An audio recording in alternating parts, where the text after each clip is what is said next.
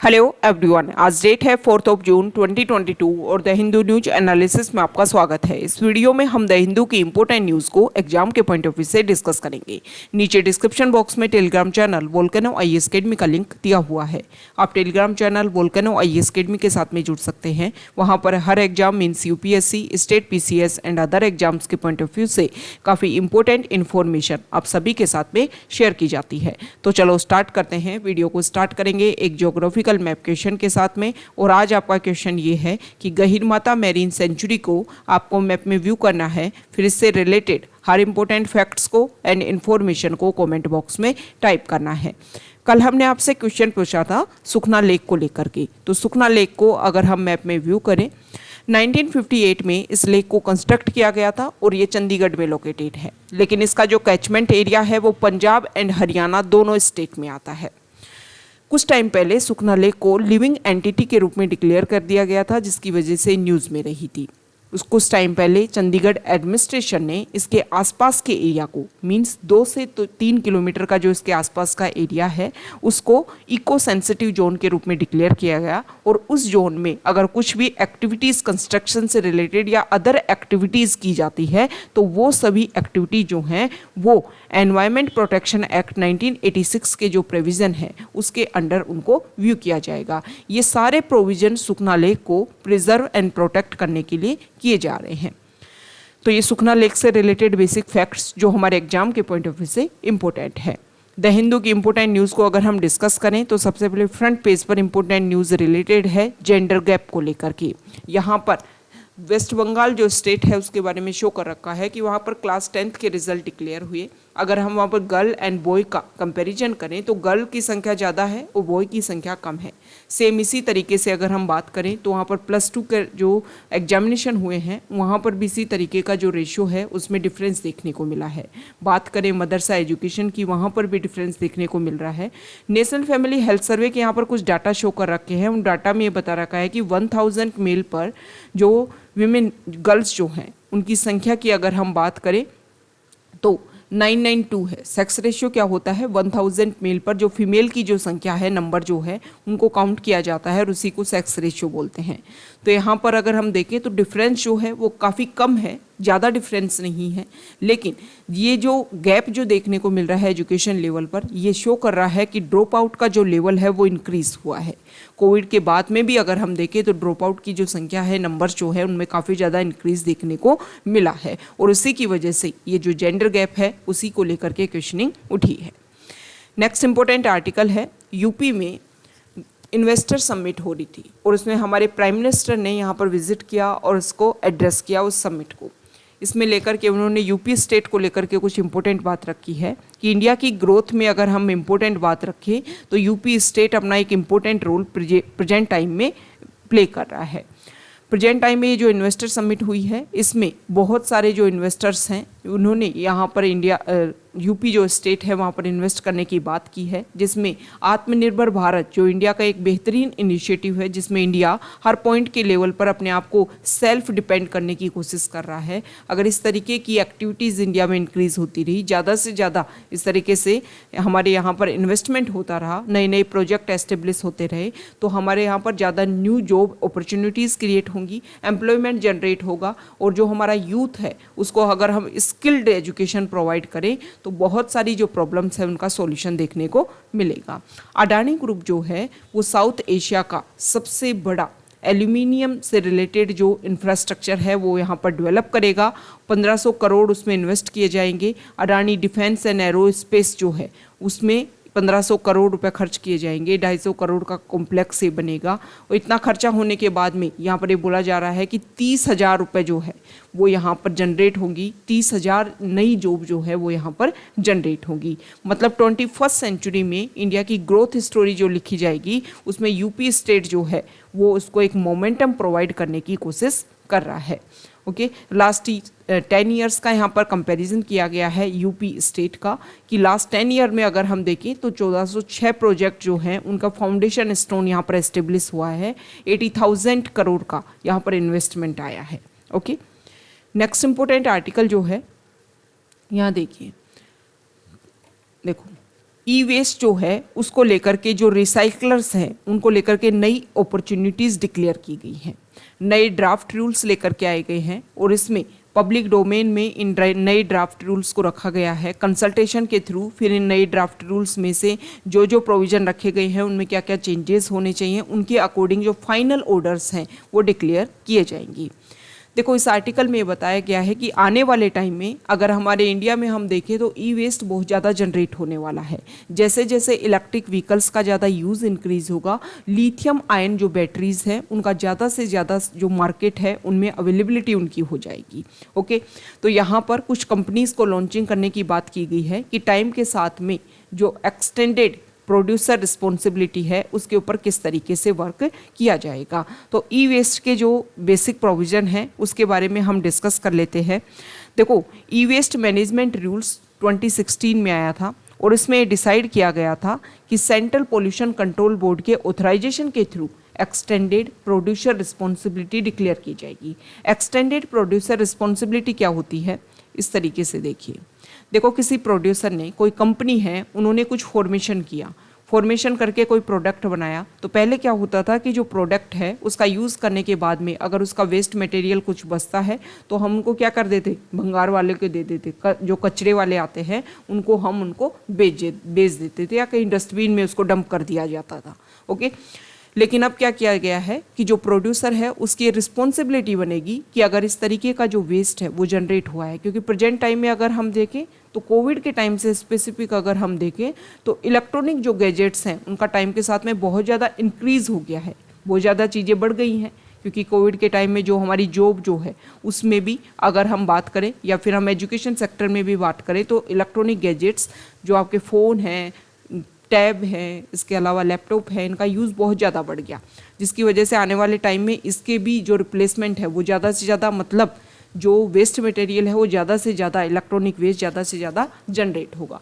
तो पहले क्या होता था कि इनडायरेक्टली इनफॉर्मल सेक्टर में जब इनको दोबारा से रिसाइकिल करने की कोशिश की जाती थी तो जो भी एक प्रोसीजर फॉलो किया जाना चाहिए वो प्रोसीजर फॉलो नहीं किया जाता था। तो जो कुछ हैजार्डस जो केमिकल इनमें यूज़ किए जाते थे वो लीक होकर के जो एनवायरनमेंट है उनको नुकसान पहुंचाते थे, है ना। और इसमें जो भी मटेरियल, जो भी मेटल जो है जितना निकलना चाहिए वो भी उनको पता नहीं था, क्योंकि प्रोसीजर ही उन लोगों को नहीं पता होता है। अब इसमें क्या किया जाएगा कि जो प्रोड्यूसर है उसके ऊपर रिस्पॉन्सिबिलिटी दी जाएगी कि प्रोड्यूसर इन सभी को कलेक्ट करे और फिर इन सभी की रिसाइकलिंग की जाए, ताकि रिसाइकिल में जो मेटल है वो भी ज़्यादा से ज़्यादा मिल सके और जो हजार्डस केमिकल हैं उनको भी अच्छे से डंपिंग किया जा सके। क्योंकि जिस कंपनी ने प्रोडक्ट बनाया है उसको अच्छे से पता है कि हमने कौन सा केमिकल यूज़ किया है, कौन कौन सी अदर जो चीज़ें हैं, मेटल जो हैं वो इसमें यूज़ की है और उसकी वजह से पोल्यूशन क्रिएट हो सकता है। तो प्रोड्यूसर की जो रिस्पॉन्सिबिलिटी है उसको एक्सटेंड करने की बात की गई है। यहाँ पर हमने बात की सेंट्रल पोल्यूशन कंट्रोल बोर्ड की। तो सेंट्रल पोल्यूशन कंट्रोल बोर्ड से रिलेटेड बेसिक फैक्ट्स को अगर हम डिस्कस करें, 1974 में इसको एस्टेब्लिश किया गया था। एक स्टैट्यूटरी ऑर्गेनाइजेशन है सेंट्रल पोल्यूशन कंट्रोल बोर्ड, और ये जो है वो वाटर एक्ट 1974 जो है उसी से अपनी पावर को गेन करता है। इसके अलावा 1981 का जो एयर पोल्यूशन एक्ट है उससे भी अपने पावर्स एंड फंक्शंस उसके अंडर भी वर्क करता है। एनवायरनमेंट एक्ट 1986 जो है उसके प्रोविजन के अंडर भी सेंट्रल पोल्यूशन कंट्रोल बोर्ड काम करता है। ओके, इसके अलावा अगर हम देखें तो देखो हमने ई वेस्ट की बात की है, तो ई वेस्ट से रिलेटेड एक रिपोर्ट पब्लिश होती है जिसको बोलते हैं global e waste monitor report. Okay, ये जो रिपोर्ट है इसको यूनेप, क्योंकि बहुत सारे एग्जाम जो होते हैं जैसे कि अगर हम यूपीएससी प्रीलिम्स की बात करें तो इस तरीके की रिपोर्ट को लेकर के क्वेश्चन पूछ लिया जाता है। और प्रेजेंट टाइम में अगर हम पोल्यूशन लेवल पर देखें तो ई वेस्ट बहुत बड़ा पोल्यूशन अपना रोल प्ले कर रहा है। तो इससे रिलेटेड जो रिपोर्ट है उससे रिलेटेड बेसिक फैक्ट्स को पूछा जा सकता है। तो ये जो रिपोर्ट है global e waste monitor report, इसको यूनेप प्लस में ITU ये दोनों मिलकर के इसको पब्लिश करते हैं। यूनेप तो आप सभी को पता होगा कि 1972 में जो स्टॉकहोम कॉन्फ्रेंस हुई थी इसके थ्रू इसको बनाया गया था, इसलिए इसको स्टॉकहोम प्रोग्राम के नाम से भी जानते हैं। यूनेप का जो हेडक्वार्टर है वो कहाँ पर है ये आपको कमेंट बॉक्स में बताना है, और कौन कौन सी कन्वेंशन है, कौन कौन सी इम्पोर्टेंट जो ट्रीटी हैं, एग्रीमेंट हैं, उनके लिए भी ये अपने जो भी अपना हेडक्वार्टर है उसको एक सेक्रेटरीट के रूप में प्रोवाइड करता है, ये आपको कमेंट बॉक्स में बताना है। ओके, क्योंकि बहुत सारे एग्जाम में इस तरीके से पूछ लेंगे कि यूनेप किन किन को सेक्रेटरीट का जो एक हेल्प है, असिस्टेंस है, वो प्रोवाइड करता है। अब बात कर लेते हैं ITU की, इंटरनेशनल टेलीकम्युनिकेशन यूनियन। ये जो है वो UN की, यूनाइटेड नेशन की स्पेशलाइज्ड एजेंसी है। 1865 में इसको एस्टेब्लिश किया गया था और इसका जो हेडक्वार्टर है वो जेनेवा में है। टॉप ई वेस्ट जनरेटर की अगर हम बात करें तो US सबसे पहले नंबर पे आता है, फिर चाइना आता है और उसके बाद में 3rd नंबर पर इंडिया आता है ई वेस्ट जनरेटर में। ओके, तो ये बेसिक फैक्ट्स हमने डिस्कस किए ई वेस्ट से रिलेटेड, जो हमारे एग्जाम के पॉइंट ऑफ व्यू से इम्पोर्टेंट है। यहाँ पर जो है वो बाई इलेक्शन हुए केरला में, उसके रिजल्ट डिक्लेयर किए गए हैं। तो यहाँ पर जो यूनाइटेड डेमोक्रेटिक फ्रंट की जो कैंडिडेट हैं उन्होंने इस असेंबली बाईपोल को जीत लिया है। ओके, अब ये जो बाईपोल है, बाई इलेक्शन जो होते हैं, इनसे रिलेटेड हम बेसिक फैक्ट्स देख लेते हैं। देखो, आप सभी को पता है कि हमारे इंडिया में जो जनरल इलेक्शन होते हैं, चाहे स्टेट लेजिस्लेटिव असेंबली के लिए ले लीजिए या फिर लोकसभा के लिए ले लीजिए, वो सब कंडक्ट कौन करवाता है? Election commission.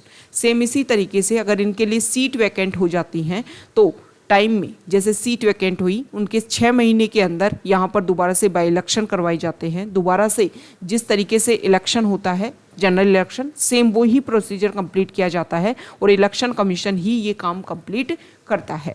ओके, सेम इसी तरीके से वो ही साइलेंस पीरियड यहाँ पर अप्लाई होता है, मॉडल कोड ऑफ कंडक्ट जो है वो यहाँ पर अप्लाई होता है। सेम प्रोसीजर फॉलो किया जाता है जैसे जनरल इलेक्शन में फॉलो होता है। ओके, नेक्स्ट इंपॉर्टेंट आर्टिकल जो है पेज नंबर 3 पर, आप सभी को पता है प्रेजेंट टाइम में स्टीफन कॉलेज और DU उनके बीच में कुछ इशू चल रहा है। तो यहाँ पर हाई कोर्ट ने, दिल्ली हाई कोर्ट ने नोटिस इशू किया है DU को लेकर के, क्योंकि सेंट स्टीफन कॉलेज ने कुछ पिटीशन फाइल की गई थी on a plea by Saint Stephen college seeking to stay the varsity letter asking the college to withdraw its prospectus for the undergraduate courses for the academic year 2022-2023। आप सभी को पता है Saint Stephen college ने declare किया गया कि CUET जो एग्ज़ाम आप क्लियर करवाने की कोशिश कर रहे हो DU के लिए, DU यूनिवर्सिटीज़ के लिए, हम इसको फॉलो नहीं करेंगे। हम 85% जो है वो एकेडमिक्स का यूज़ करते हुए, मतलब उसको फॉलो करते हुए, और 15% जो सीट्स हैं उनको हम किस तरीके से फॉलो करेंगे? इंटरव्यू के बेसिस पर। तो यहाँ पर ये बोला गया है कि इन्होंने सेंट स्टीफन कॉलेज से जब क्वेश्चनिंग की गई तो उन्होंने बोला कि हम माइनॉरिटी इंस्टीट्यूशन है, हम अपना प्रोसीजर जो है वो खुद फॉलो करेंगे। माइनॉरिटी जो इंस्टीट्यूशन है आर्टिकल 29 एंड 30 के अंडर ये डिक्लेयर कर रखा है कि हमारे इंडिया में चाहे लिंग्विस्टिक माइनॉरिटी हो या फिर रिलीजियस माइनॉरिटी हो, उनके अपने अकॉर्डिंग उनको अपना इंस्टीट्यूशन मेंटेन करने की ज़रूरत है। वहाँ पर रिजर्वेशन नहीं दिया जाता है और 50% जो सीट्स हैं वो अपनी कम्युनिटी के लिए, जिस माइनॉरिटी ने उसको एस्टेब्लिश किया है वो अपनी कम्युनिटी के लिए उसको रिजर्व कर सकते हैं। ओके, तो यहाँ पर सेंट स्टीफन कॉलेज ने आर्टिकल 30 का यूज़ करते हुए बात बोली है कि हम माइनॉरिटी एजुकेशन इंस्टीट्यूशन हैं और हमें मेंटेन करना, हमें एक तरीके से रेगुलेट करना जो है वो हमारी एडमिनिस्ट्रेट जो है वो हमारी रिस्पॉन्सिबिलिटी है। हम डिक्लेयर करेंगे कि हमें किस तरीके का प्रोसीजर को फॉलो करना है। नेक्स्ट इंपॉर्टेंट आर्टिकल है पेज नंबर 6 पर। यहाँ पर MP के जो CM हैं उन्होंने अभी महाराष्ट्र में OBC कोटा के जो लोकल बॉडीज़ इलेक्शन है उसमें OBC कोटा को लेकर के इशू चल रहा है। महाराष्ट्र में OBC कोटा दिया हुआ है। ओके, जुडिशरी ने वहाँ पर अपील किया है कि OBC कोटा दिया जाए वहाँ पर जो लोकल इलेक्शन है उनमें। तो यहाँ पर OBC कोटा जो है वो हमारे एग्जाम के पॉइंट ऑफ व्यू से इम्पोर्टेंट है। जो शिवराज सिंह चौहान हैं उन्होंने वहाँ के जो CM हैं महाराष्ट्र के, उनको OBC कोटा को लेकर के कुछ स्टेटमेंट दिए हैं, किस तरीके से आपको कोशिश करनी चाहिए कि ताकि जो OBC है उनको लेकर के आप जो भी रिजर्वेशन है वो दिया जा सके। देखो, अब OBC कोटा यहाँ पर इलेक्शन में बात हो रही है, पॉलिटिक्स में बात हो रही है, तो अलग अलग प्रोविज़न है। सबसे पहले तो आपको ये समझना चाहिए कि जो मंडल कमीशन, काका कालेलकर कमीशन की जो हम बात करते हैं वो आता है आर्टिकल 340 के अंडर। आर्टिकल 340 जो है कॉन्स्टिट्यूशन का, उसमें पावर है प्रेसिडेंट को कि वो टाइम टू टाइम हमारे इंडिया में जो socially and educationally backward classes हैं उनके अपलिफ्टमेंट के लिए, उनको व्यू करने के लिए एक जो कमीशन है उसको बनाते रहें। तो सबसे पहला कमीशन काका कालेलकर कमीशन 1953 में, सेकेंड कमीशन जो है वो बीपी मंडल कमीशन, और अभी प्रेजेंट टाइम में न्यूज़ में है थर्ड कमीशन, यहाँ देखिए जस्टिस रोहिणी कमीशन, पता होगा ना आपको, जिसको एक्सटेंड भी किया था। क्यों बनाया गया है जस्टिस रोहिणी कमीशन? सब कैटेगराइजेशन के लिए, कि ओबीसी में बहुत सारी, ओबीसी जो है वो एक कास्ट नहीं है, ये आपको ध्यान में रखना है। ओबीसी एक कलेक्टिव फॉर्म है, मतलब बहुत सारी जो कास्ट हैं वो इसमें रिप्रेजेंट होती हैं और उनको सभी को कलेक्टिवली जो है वो ओबीसी डिक्लेयर किया गया है। अदर बैकवर्ड क्लासेस, मतलब ये जो बैकवर्ड क्लासेस हैं वो सोशली एंड एजुकेशनली जो हैं वो क्या होंगी? बैकवर्ड होंगी।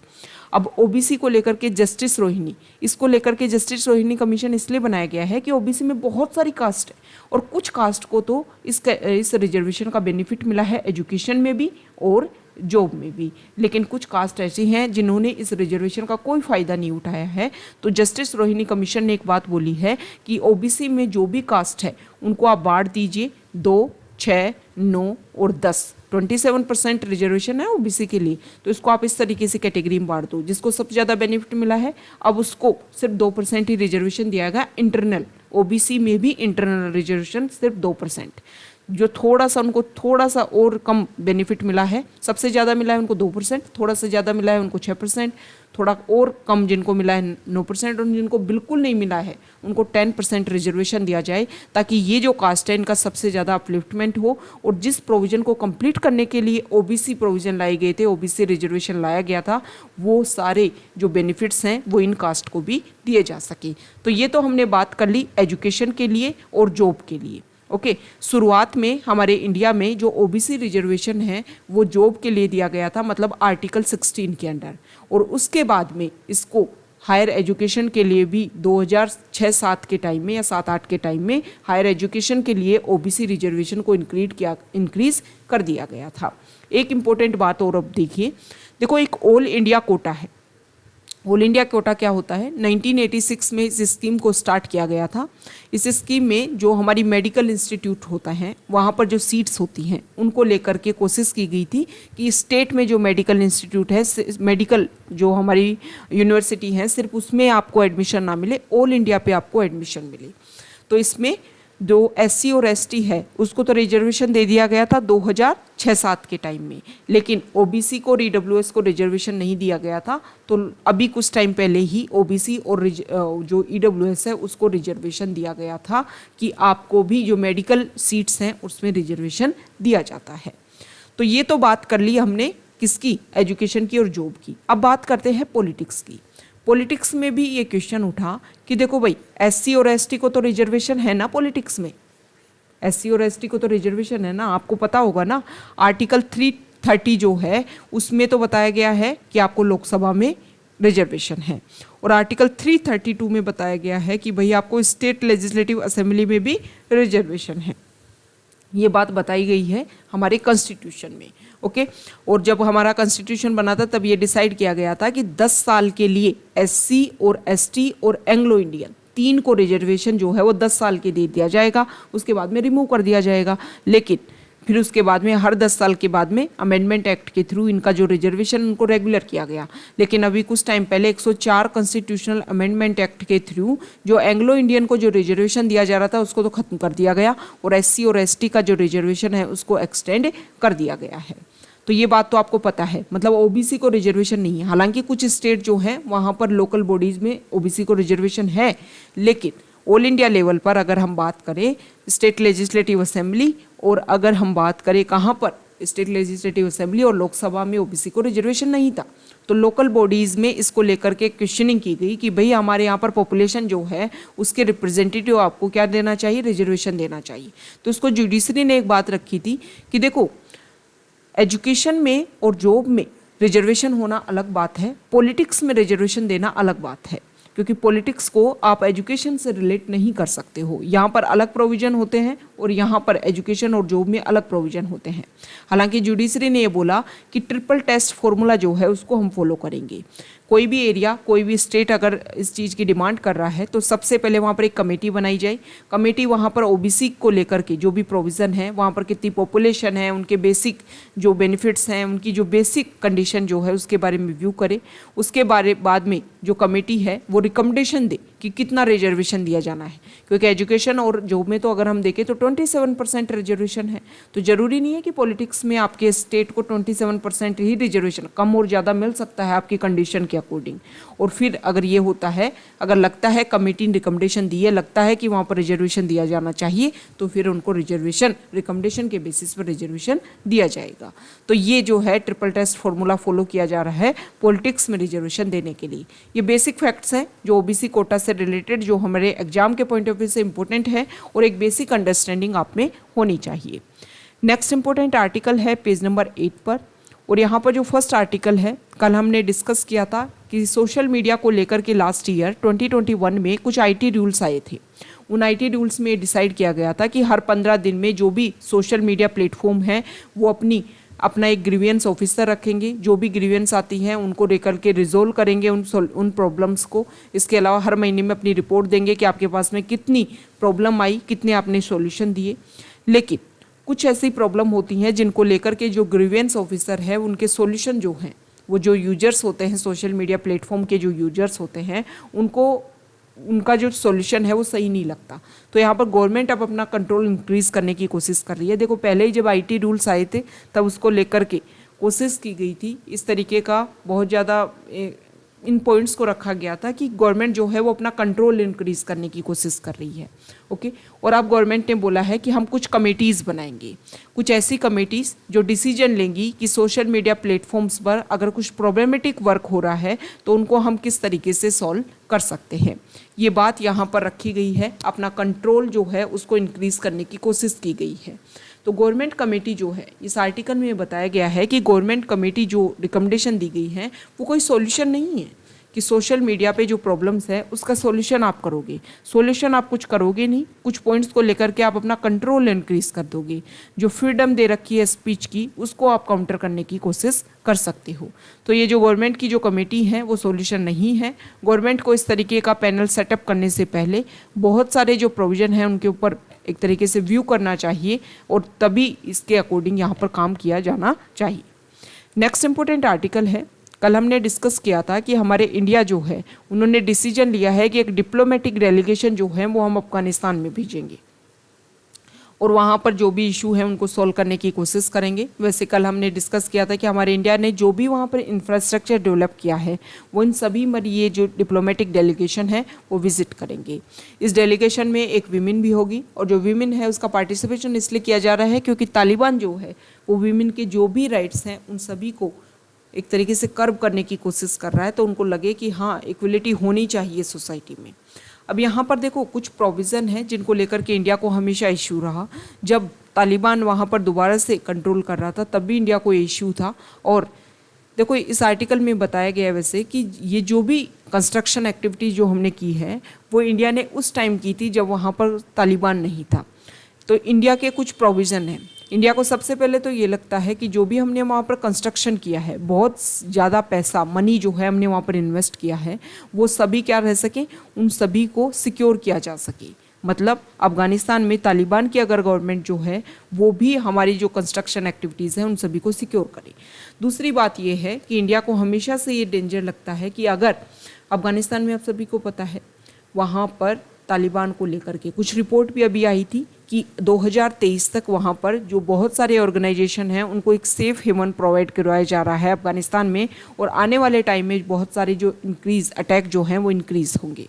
ओके, तो सेम इशू इंडिया को देखने को मिलता है कि हमारे जम्मू एंड कश्मीर वाले रीजन में इस तरीके की जो टेररिस्ट एक्टिविटीज़ हैं वो इंक्रीज़ हो जाती हैं। तो इंडिया चाहता है कि वहाँ पर इस तरीके की एक्टिविटीज़ बिल्कुल ना हो, इसीलिए वहाँ पर हमारी डिप्लोमेटिक डेलीगेशन जो है विजिट कर रहा है।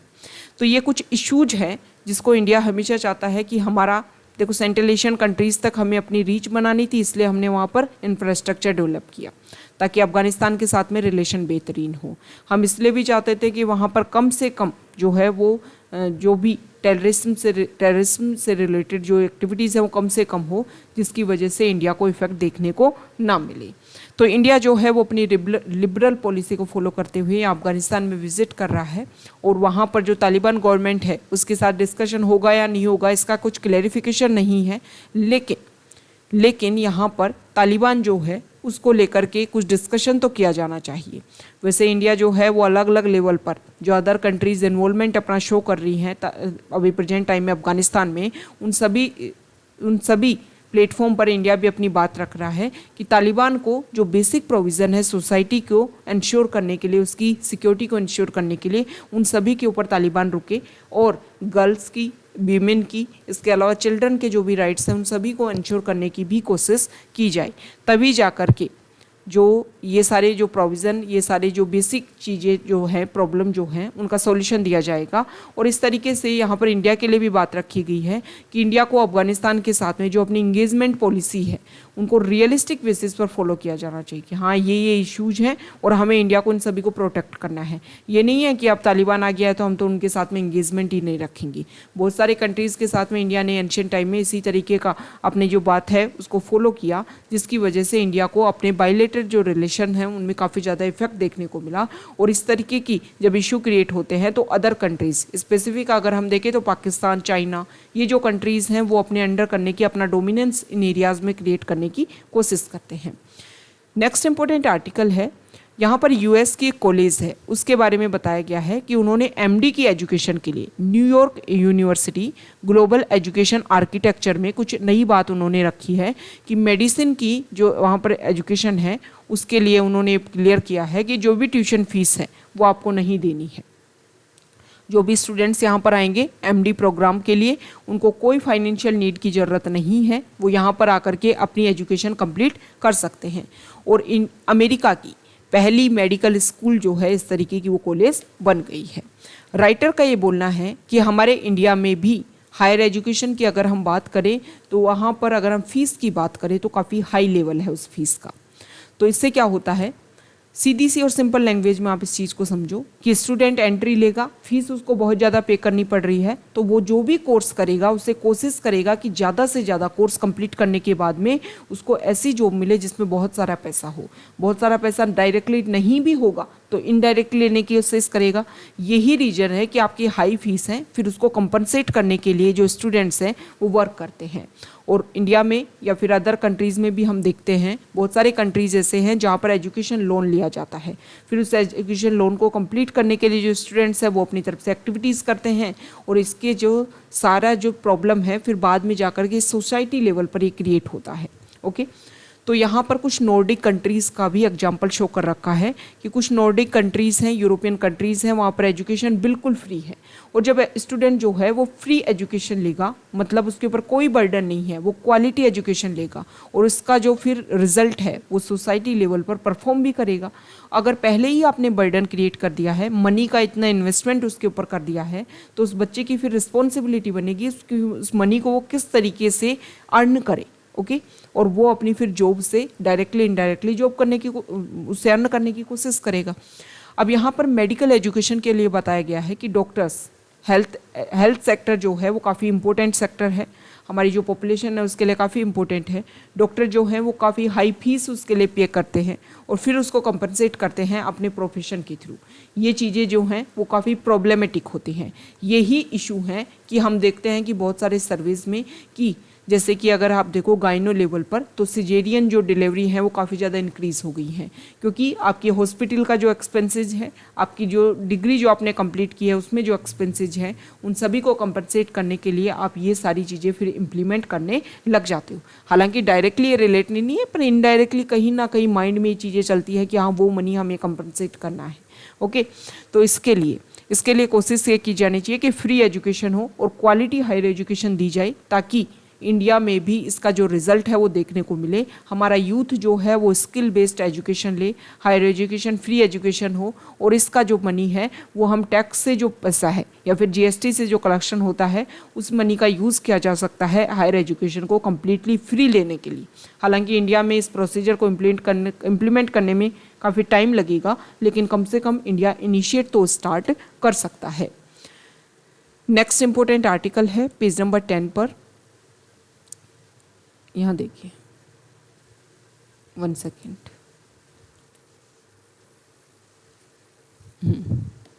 देखो, जो हमारा फ्रंट पेज है उस पर भी आर्टिकल आया है कि कश्मीर जो वैली है वहाँ पर इशू टाइम के साथ में बहुत ज़्यादा इंक्रीज होते जा रहे हैं। वहाँ से जो लोग हैं वो निकल करके दोबारा से जम्मू वाले रीजन में अपने आप को शिफ्ट कर रहे हैं, क्योंकि उनसे जब बेसिक क्वेश्चन पूछा गया तो उन्होंने बोला कि गवर्नमेंट जो है वो हमारी सेफ्टी और सिक्योरिटी को लेकर के इंश्योर हमें नहीं कर रही है, हमें फेथ नहीं है हमारे एडमिनिस्ट्रेशन के ऊपर कि वो हमें सिक्योर कर पाएगा।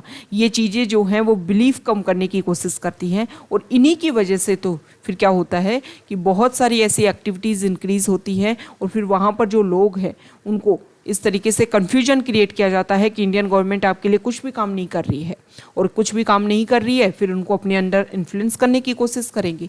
तो यहाँ पर जो गवर्नमेंट है वो अपने फेथ को, बिलीफ को बनाए रखने की कोशिश करे, अपनी तरफ से कुछ ऐसे इंस्ट्रूमेंट जो है वो अप्लाई करने की कोशिश करे कि ताकि जो इशू प्रेजेंट टाइम में अगर हम देखें उसको कम किया जा सके, और जो वहाँ के पीपल हैं उनमें जो फेथ है वो इंक्रीज हो सके। नेक्स्ट इंपॉर्टेंट आर्टिकल है, यहाँ पर कुछ डाटा आए हैं कि बीजेपी पार्टी की जो इनकम है वो 2020-21 में कुछ गिरावट उसमें देखने को मिली है। पार्टी ने इलेक्शन कमीशन को बताया है कि जो भी लोकसभा इलेक्शन हुए थे 2019 में उसमें हमने कितना खर्चा किया था, मतलब लगभग 80% तक उसमें जो भी खर्चा उनका प्रीवियस फाइनेंशियल ईयर से अगर हम कंपैरिजन करें तो 80% तक डिक्रीज देखने को मिला है। देखो ये चीज़ें होती क्या हैं, आप सभी को पता है कोई भी जो पॉलिटिकल पार्टी है सबसे पहले तो कुछ बेसिक प्रोविज़न है कि जैसे कि रिकॉग्नाइज्ड पॉलिटिकल पार्टी होनी चाहिए, ओके। रजिस्टर्ड पॉलिटिकल पार्टी जो है उसको आप कोई भी जो है वो क्या दे सकता है, डोनेशन दे सकता है उस पार्टी को। कोई भी कौन, हमारे इंडिया के सिटीजन दे सकते हैं, ओसीआई जो मेंबर हैं वो नहीं दे सकते, फॉरेन कंपनीज जो हैं वो इंडिया में इन्वेस्ट, मतलब पॉलिटिकल पार्टीज़ को इन्वेस्ट नहीं कर सकती, डोनेशन नहीं दे सकती। जो फॉरेन क्या है, फॉरेन कंपनीज जो हैं, ओके। अब अगर हम यहाँ पर बात करें तो पार्टी को डोनेशन किस तरीके से मिलेगा कि वो जो पार्टी है वो क्या होनी चाहिए, रजिस्टर्ड पार्टी होनी चाहिए। हमारा आरपीए एक्ट 1951 जो है उसके आर्टिकल, उसका सेक्शन 29 जो है उसके थ्रू क्या है, पार्टी अपने आप को रजिस्टर करती है। इसके अलावा लास्ट टाइम में जैसे पार्टी बनी और उससे कुछ पहले जो भी लोकसभा इलेक्शन हुए हैं या फिर स्टेट लेजिस्लेटिव असेंबली के इलेक्शन हुए हैं उसमें 1% वोट उस पार्टी को मिले हों, तब जा करके इन पार्टी को जो डोनेशन दिया जाएगा, ओके। अब डोनेशन दिया गया तो पार्टी जो है आप सभी को पता है प्रेजेंट टाइम में तो इलेक्टोरल बॉन्ड है, इलेक्टोरल बॉन्ड के थ्रू एसबीआई बैंक का जो अकाउंट है उसका यूज़ करते हुए वहाँ पर कोई भी डोनेशन दे सकता है। और बहुत सारी पहले जो ट्रांसपेरेंसी थी उसमें ओपेकनेस यहाँ पर ला दी गई है। अब ये डोनेशन दिया गया तो डोनेशन देने के बाद में किसी भी इलेक्शन में पार्टी ने कितना खर्चा किया, ये सारी चीज़ें जो हैं वो इलेक्शन कमीशन को बतानी होती हैं पार्टी को, और पार्टी को कितना पैसा मिला ये बताना होता है पार्टी को, किसको, आईटी डिपार्टमेंट को, ओके, आईटी डिपार्टमेंट को। लेकिन सिर्फ बताना होता है आईटी डिपार्टमेंट को, इनकम टैक्स नहीं भरना होता है किसी भी पॉलिटिकल पार्टी को। ये कुछ बेसिक फैक्ट्स हैं जो आपको ध्यान में रखने चाहिए कि किस तरीके से हमें डोनेशन मिलता है जो हमारी पार्टीज़ होती है इंडिया में उन सभी को। इसके अलावा अगर हम बात करें, कुछ मिसकंसेप्शन होता है, लोगों को क्या लगता है कि इलेक्शन में जो पार्टी खर्चा जो कर रही है उसके ऊपर रेगुलेशन है, नहीं, जो कैंडिडेट होता है उसके ऊपर रेगुलेशन है कि कैंडिडेट कितना खर्चा करेगा अपने इलेक्शन में। इसके लिए भी कुछ बेसिक प्रोविजन डिसाइड कर रखे हैं कि जैसे कि जो आपके लेजिस्लेटिव स्टेट लेजिस्लेटिव असेंबली में जो इलेक्शन है उसमें 28 लाख से 20 लाख तक खर्चा होगा। किसी स्टेट में 28 लाख का है और किसी स्टेट में 20 लाख का, मतलब जो कैंडिडेट है वो इतना खर्चा कर सकता है। अब बात आती है लोकसभा इलेक्शन की, तो लोकसभा में अगर हम बात करें तो वहाँ पर जो है वो 74 से 58 लाख तक, 54 लाख तक, मतलब इतना जो खर्चा है वो लोकसभा इलेक्शन में जो कैंडिडेट है वो कर सकता है। अब ये जो चीज़ें हैं वो कहाँ डिसाइड की गई हैं, ये चीज़ें बताई गई हैं, इलेक्शन रूल्स हैं 1961 के, उसमें ये बातें बताई गई हैं। ये जो मनी जो डिसाइड कर रखा है इसको चेंज भी किया जा सकता है। जैसे कोविड के टाइम में 10% इसको इंक्रीज़ किया गया था। ये जो मनी की जो सीमा है ना, लिमिट है, इसको इंक्रीज किया गया था। गवर्नमेंट एक नोटिफिकेशन जारी करती है और इसके थ्रू इनको इंक्रीज कर देती है। अब ये चीज़ें तो आपको समझ में आ गई होंगी। क्वेश्चन पता है किस तरीके से बनता है? क्वेश्चन में इस तरीके से पूछ लेंगे, या तो किस पार्टी को डोनेशन किस तरीके से मिलेगा, तो क्वेश्चन आ जाएगा, यूपीएससी में स्टेटमेंट दे देंगे किसी भी पार्टी को डोनेशन दिया जा सकता है। तो आपको ये दो बेसिक प्रोविज़न पता होना चाहिए।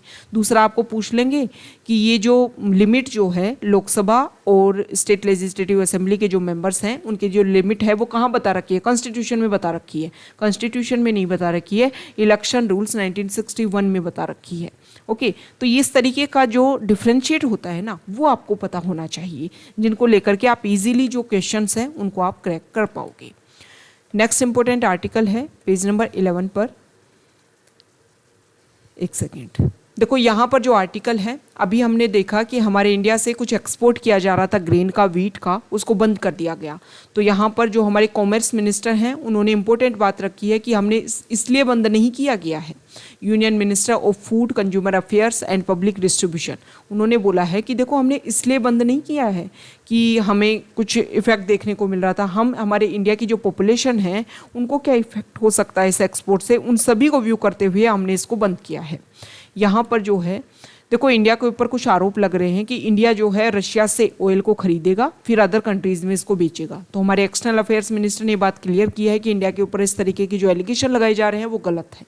इस तरीके की जो भी रिपोर्ट पब्लिश हो रही है, जो भी रिपोर्ट सर्कुलेट हो रही है, उसको इंडिया डिनाई करता है कि इंडिया कभी भी इस तरीके का जो रोल है वो प्ले नहीं करेगा। यहाँ पर इंडिया और यूएस जो है वो अपने आप के जो ट्रेड फोरम है, ट्रेड रिलेशंस हैं, उनको बिल्ड करने की कोशिश कर रहे हैं कि ज़्यादा से ज़्यादा दोनों कंट्री जो हैं वो अपने आप को डेवलप करें और जो इश्यूज हैं उनको सॉल्व करते हुए दोनों कंट्री अपने अपने मार्केट को अवेल करें दूसरे कंट्रीज़ के जो प्रोडक्ट्स हैं उन सभी के लिए। नेक्स्ट इंपॉर्टेंट आर्टिकल है, सुप्रीम कोर्ट ने यहाँ पर कुछ इंपॉर्टेंट बात रखी है। सुप्रीम कोर्ट ने बोला है कि जो इको सेंसिटिव जोन है जिसको डिक्लेयर किया गया है उसके आसपास का 1 किलोमीटर वाला जो एरिया है, फॉरेस्ट के आसपास का एरिया, उसको इको सेंसिटिव जोन के रूप में रखा जाए ताकि जो नेचुरल रिसोर्सेज हैं उनको प्रोटेक्ट किया जा सके। आप सभी को पता है प्रेजेंट टाइम में अगर हम देखें तो हमारी बायोडाइवर्सिटी में काफ़ी ज़्यादा डिग्रेड देखने को मिल रहा है और इसका इफेक्ट जो है वो फिर एनवायरमेंट लेवल पर शो हो रहा है। ओके, नेक्स्ट इंपॉर्टेंट आर्टिकल है फॉरेन पेज पर, और यहाँ पर यूएस के प्रेसिडेंट जो बाइडेन ने वहाँ की जो लेजिस्लेटर हैं, मीन्स वहाँ की कांग्रेस जो है, पार्लियामेंट जो है, उनसे इस चीज़ के लिए रखा है कि प्रेजेंट टाइम में गन वायलेंस यूएस में बहुत ज़्यादा इंक्रीज़ हो रहा है। वहाँ पे के कॉन्स्टिट्यूशन में अमेंडमेंट एक्ट 2 लाया गया था जिसके थ्रू ये गन की अवेलेबिलिटी ईजीली की गई थी। अब वहाँ पर बाइडेन ने अपील की है कांग्रेस से कि आप गन वायलेंस को लेकर के एक्ट बनाओ। सेम इसी तरीके की अपील की गई थी जब मिस्टर ओबामा यहाँ के प्रेसिडेंट थे, लेकिन वहाँ के जो लेजिस्लेटर हैं उन्होंने इसके ऊपर कोई वर्क नहीं किया गया था। प्रेसिडेंट ने बोला है कि जो ये असोल्ट स्टाइल में जो वेपन का सेल हो रहा है इसके ऊपर बैन लगाया जाना चाहिए, इतने ईजिली अवेलेबल नहीं होने चाहिए।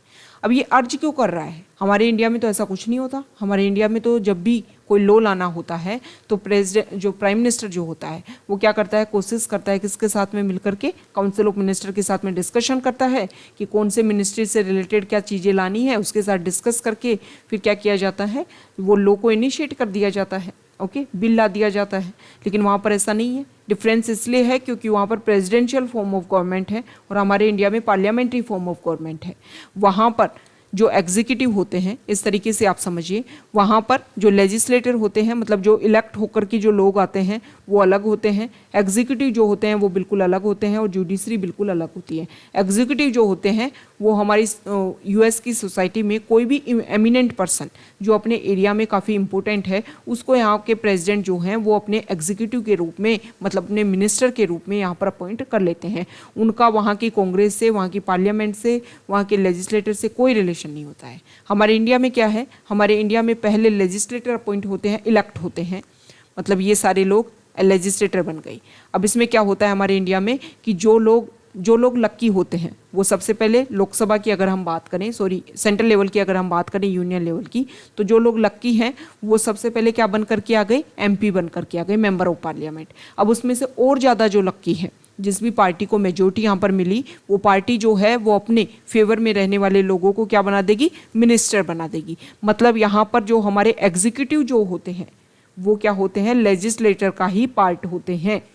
इसको बोलते हैं parliamentary form of government. Okay, और इसीलिए हमारे यहाँ पर क्या होता है कि जब भी कोई बिल लाना होता है तो इजीली हम इनिशिएट कर देते हैं, लेकिन यूएस में ऐसा नहीं हो पाता है क्योंकि ये जो लोग हैं एग्जीक्यूटिव जो हैं उनका इनसे कोई भी रिलेशन नहीं है और लॉ बनाने की पावर तो इनके पास में ही है। तो वहाँ के प्रेसिडेंट ने बोला है कि अभी वहाँ पर नवंबर में जो इलेक्शन होंगे उसका इफेक्ट देखने को मिलेगा अगर आपने इस लॉ को पास नहीं किया है तो। ओके, तो ये आज का हमारा द हिंदू न्यूज़पेपर का डिस्कशन था। अगर आप यहाँ तक आए हैं, वीडियो आपको अच्छा लगा है तो प्लीज़ वीडियो को लाइक कीजिए, शेयर कीजिए और चैनल को सब्सक्राइब कीजिए। Okay, thank you.